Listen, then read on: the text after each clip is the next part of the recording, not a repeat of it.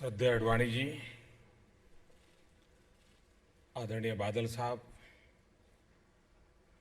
मंच पर विराजमान लोकतंत्र के प्रहरी के नाते जिनकी अहम भूमिका रही, ऐसे सभी वरिष्ठ महानुभाव और लोकतंत्र के प्रति कष्ट झेलने वाले सारे मीसावासी बंधु भगिनी, आज जयप्रकाश नारायण जी की जन्म जयंती हम मना रहे हैं और ये भी विधि का योग है कि 11 अक्टूबर जयप्रकाश जी के अनन्य साथी नानाजी देशमुख की भी जन्म जयंती है।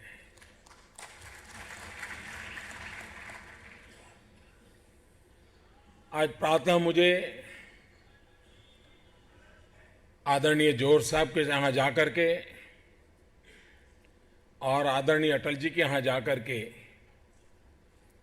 उनके आशीर्वाद लेने का सौभाग्य मिला। मैं इन सबको इसलिए स्मरण करता हूं कि जयप्रकाश जी के साथ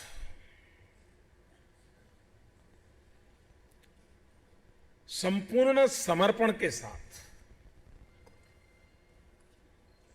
पूर्ण कमिटमेंट के साथ अपने आप को खपा देने वाले ये महापुरुष रहे हैं।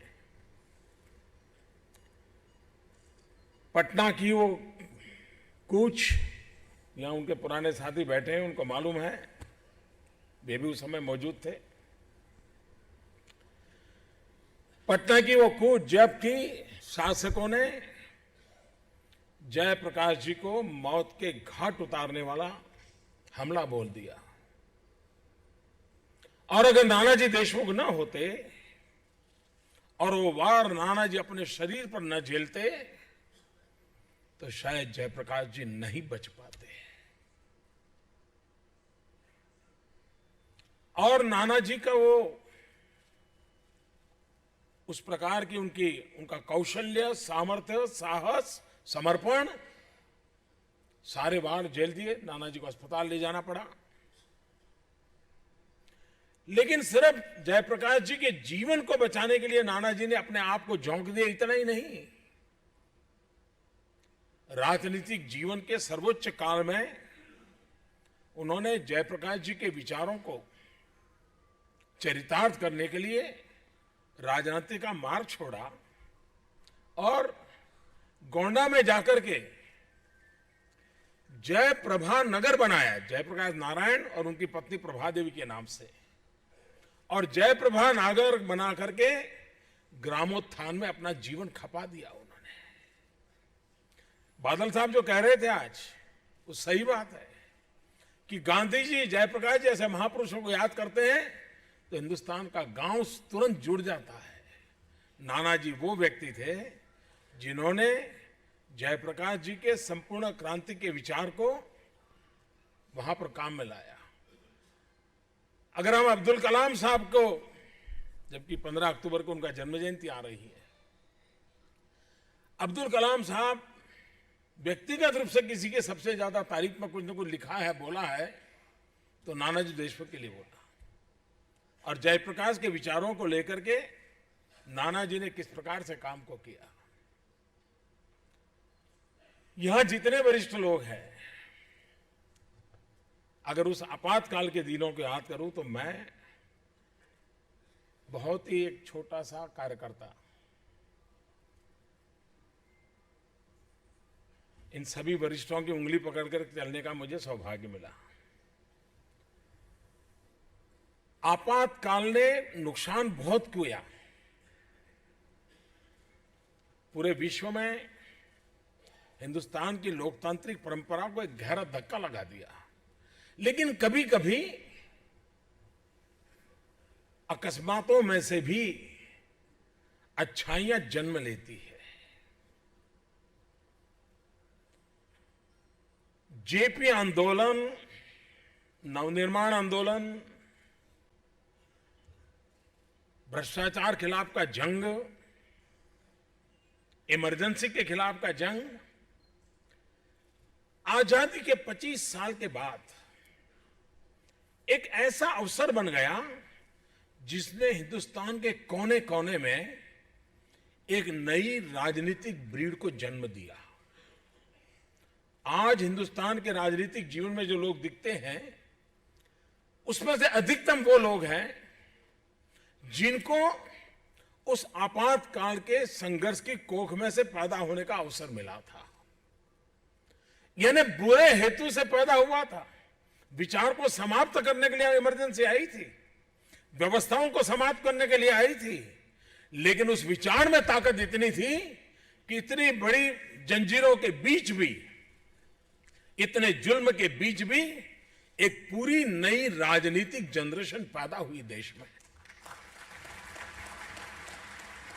और सबसे अच्छी बात यह थी कि वो राजनीतिक जनरेशन लोकतांत्रिक मूल्यों के रखवाले के रूप में पैदा हुई। मैं समझता हूं ये देश के लिए उस हद में कुछ सकारात्मक परिणाम निकालने का ताकत जयप्रकाश नारायण जी में थी। वो प्रेरणा थी जो लोगों को इस प्रकार से तैयार करते थे। वरना आपातकाल का इतनी भयानकता, इतनी विकरालता थी, कोई एक दूसरे से बात नहीं करता था। करोड़ों करोड़ों देशवासी सब कोई मानते थे दूसरे से बात करना मतलब मिसा में जाना, इतना भय था। छोटी आयु के लोगों को जेल में डाल दिया गया था, वयोवृद्ध लोगों को जेलों में डाला गया था, किसी को बख्शा नहीं गया था। और मैं मानता हूं इस देश के मीडिया ने और चीजों के विषय में उनकी राजी नाराजी हो सकती है, और चीजों में उनकी पसंद नापसंद हो सकती है, लेकिन उन्होंने कभी भी इस देश को आपातकाल के दिन भूलने नहीं देना चाहिए। हर बार स्मरण कराना चाहिए, क्योंकि आपातकाल ने सबसे बड़ा हमला बोला था तो मीडिया की स्वतंत्रता पर बोला था। और लोकतंत्र की जो मेन पिलर है, उन सारे के सारे पिलरों पर घाव किए गए थे। उसको खत्म करने का भरपूर प्रयास किया गया था। लेकिन दुर्भाग्य से उसके बाद कभी कभी बुरी चीजें भी सीखने के लिए काम आती हैं, उनको भी भुला देने का प्रयास हुआ। हमें किसी को कोसने के लिए याद नहीं करना है, लेकिन लोकतंत्र के कमिटमेंट के लिए इन बातों को याद करना है। मीडिया की स्वतंत्रता के लिए याद करना है। रामनाथ गोयनका को मीडिया कैसे लड़ाई लड़ सकता है, सत्य के लिए अपने आप को कैसे खपा दे सकता है, वो महापुरुषों को याद करने का अवसर होता है। और उस अर्थ में जयप्रकाश जी का जीवन, यहां बादल साहब बैठे हैं, बहुत कम लोगों को मालूम होगा देश में। और कुछ विशेष परिवारों ने, उनका अगर नाखून से भी लुखून निकल गया हो तो इतिहास में 2-2 पेज उनके लिए लिखे जाते हैं।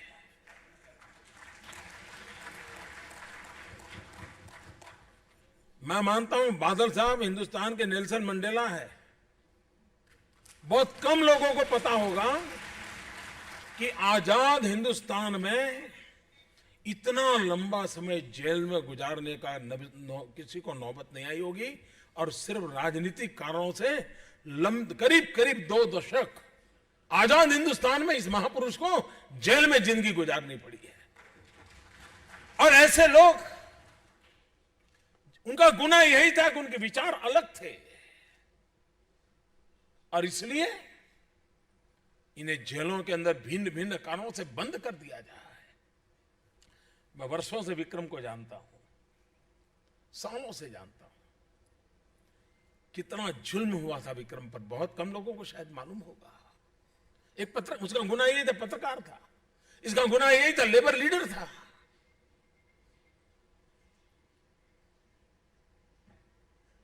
आज बहुत वर्षों के बाद मैं मिला गुजरात में, तो मिला था लास्ट में। मैं देख रहा हूं कैसे कैसे लोग थे जिन्होंने लड़ाई लड़ी। मेरा सौभाग्य था जॉर्ज साहब के साथ मुझे काम करने का अवसर मिला। नानाजी देशमुख, प्रभुदास पटवारी, जॉर्ज साहब, एक घर में हमारी मीटिंग हुआ करती थी और एक उस समय शब्द था 90 नॉट आउट। आचार्य कृपलानी जी, शंकरलाल बैंकर, ये 90+ वाले थे सब, उस समय गुजरात में ही रहते थे आपातकाल के दिनों में, और मुझे उन सबकी सेवा करने का सौभाग्य मिलता था। मैंने अडवाणी जी को पहली बार निकट से इमरजेंसी में देखा। बेंगलुरु जेल में थे और उनको राज्यसभा का फॉर्म भरने के लिए गुजरात में से राज्यसभा में जाना था उनका। बाबूभाई सरकार जनता मोर्चा की सरकार बनी थी, तो बेंगलोर से हवाई जहाज में पुलिस उनको लेकर के आई फॉर्म भरने के लिए। तो हम तो बहुत जूनियर थे, तो एक व्यवस्था थी हमारे पास, तो व्यवस्था के तहत मुझे एयरपोर्ट पर जाना था उनको रिसीव करने के लिए। और उन्हीं समय हमारे एक वसंत भाई गजेंद्र गढ़कर, हमारे बड़े वरिष्ठ गुजरात के सार्वजनिक जीवन को नाम था, उनका स्वर्गवास हुआ था। पहली बार मैंने अडवाणी जी को देखा था उस दिन। फिर गुजरात से वो राज्यसभा के सदस्य बने थे। आपातकाल में मुझे बहुत छोटा होने के बावजूद भी, चाहे रविंद्र वर्मा जी हो, जॉर्ज साहब हो, ये बड़े वरिष्ठ लोग जो लोकतंत्र के लिए लड़ाई लड़ते थे, उनके साथ काम करने का अवसर मिला। गुजरात में नवनिर्माण आंदोलन शुरू हुआ था, हम नवनिर्माण आंदोलन से जुड़े और उसके कारण जयप्रकाश जी के निकट आने का अवसर मिला। जयप्रकाश जी ने 3 दिन लगातार गुजरात में रहकर के भ्रमण किया, तो मुझे भी उस समय व्यवस्था के तहत उन कार्यक्रमों में जाने का अवसर मिला, उनके पास रहने का अवसर मिला। और मैंने देखा कि भारत की दुर्दशा के प्रति जो आंख थी उनके अंदर,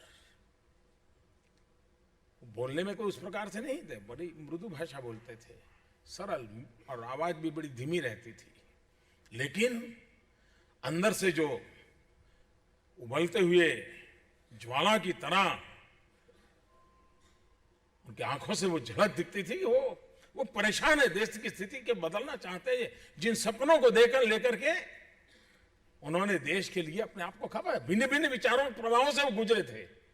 वो किसी एक विचार से बंधे हुए नहीं थे, वो खुले मन के थे।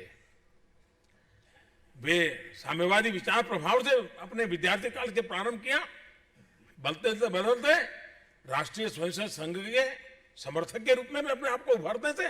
वो डरे नहीं थे, उनको चिंता नहीं हुई थी कि दुनिया क्या कहेगी। जब जो सत्य लगा उसके लिए जी लिया। ये जयप्रकाश जी की विशेषता।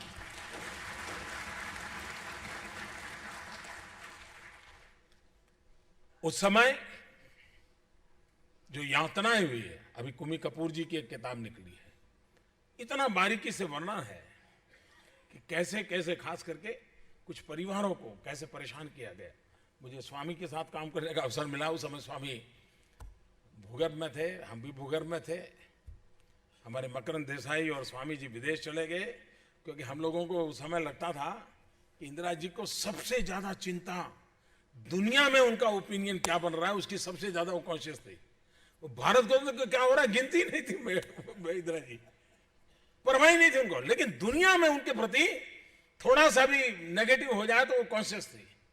तो फिर हम लोगों ने भी तय किया कि हम भी दुनिया में डंका बजाएंगे। केदारनाथ जी सहानी उसको कोऑर्डिनेट कर रहे थे शुरू में, बाद में स्वामी जी गए, मकरंद देसाई गए, और मैं यहां से लिखा पट्टी का काम करता, क्योंकि सारे वरिष्ठ लोग जेल चले गए थे, हम भूगर्भ में थे। तो उसके कारण मुझे एक पूरे देश के माहौल में लोकतंत्र के लिए जीने मरने वाले लोग और मूलतः गांधीयन लोग, मूलतः जो गांधीयन लोग थे, उनके साथ कार्य करने का अवसर मिला। आपातकाल में से जिस प्रकार से संकट आए, उस प्रकार से कभी कभी सोना तपता है, ज्यादा निखरता है। इमरजेंसी में भारत का लोकतंत्र तपा और ज्यादा निखर करके उभरा है। और वो जयप्रकाश जी और उनके साथियों का जो कंट्रीब्यूशन है, उसके कारण हुआ है। जुल्म के बीच भी एक जज्बा होता है जो मूल्यों के लिए जीने के लिए ताकत देता है। ये इमरजेंसी का सबसे बड़ा सबक मिला है। इमरजेंसी को याद करके रोते रहना ये मेरी प्रकृति नहीं है। इमरजेंसी को याद करके लोकतंत्र की ताकत को पहचानना और आने वाली पीढ़ियों को परिचित करवाना ये समय की मांग है।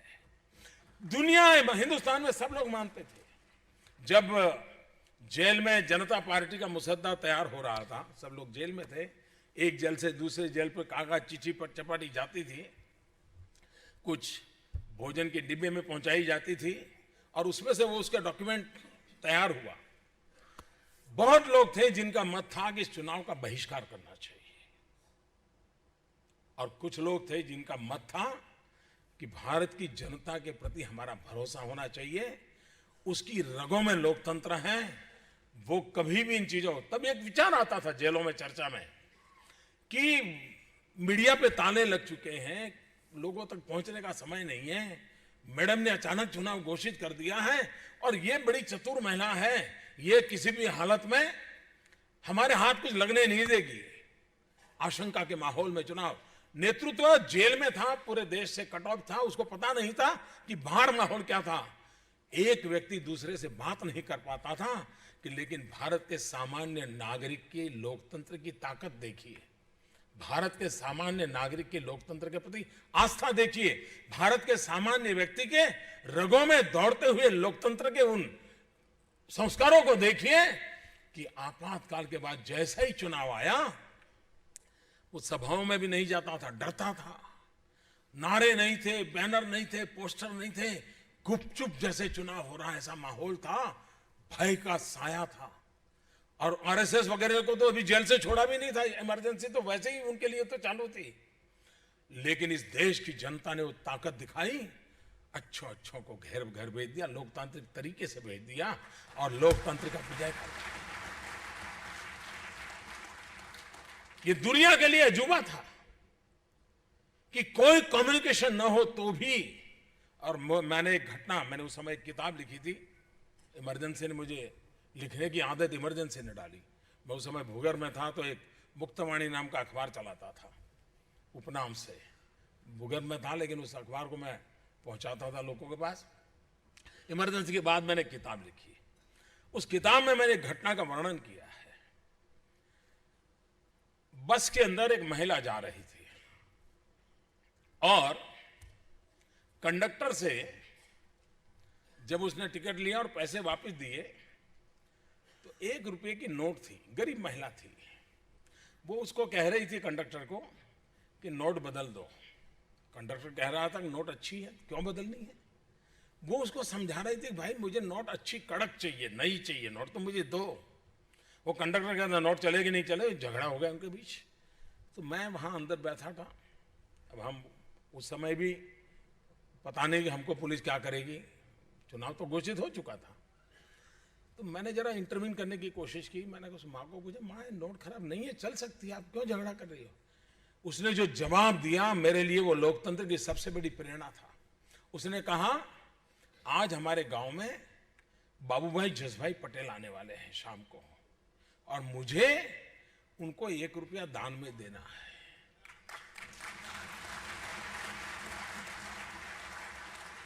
इसलिए मुझे कड़क नोट चाहिए क्योंकि मुझे ये जयप्रकाश जी का जो काम चल रहा है ना उसके लिए देना है। एक गांव की गरीब महिला, उसे लोकतंत्र क्या होता है, आपातकाल क्या होता है, संविधान क्या होता है, कुछ ज्ञान नहीं था। उसको इतना पता था कि सत्य की लड़ाई लड़ रहे हैं, मुझे अपना कुछ योगदान देना चाहिए। और उस दिन मैंने हमारे वरिष्ठ लोगों को कहा था कि चुनाव हम जीत जाएंगे।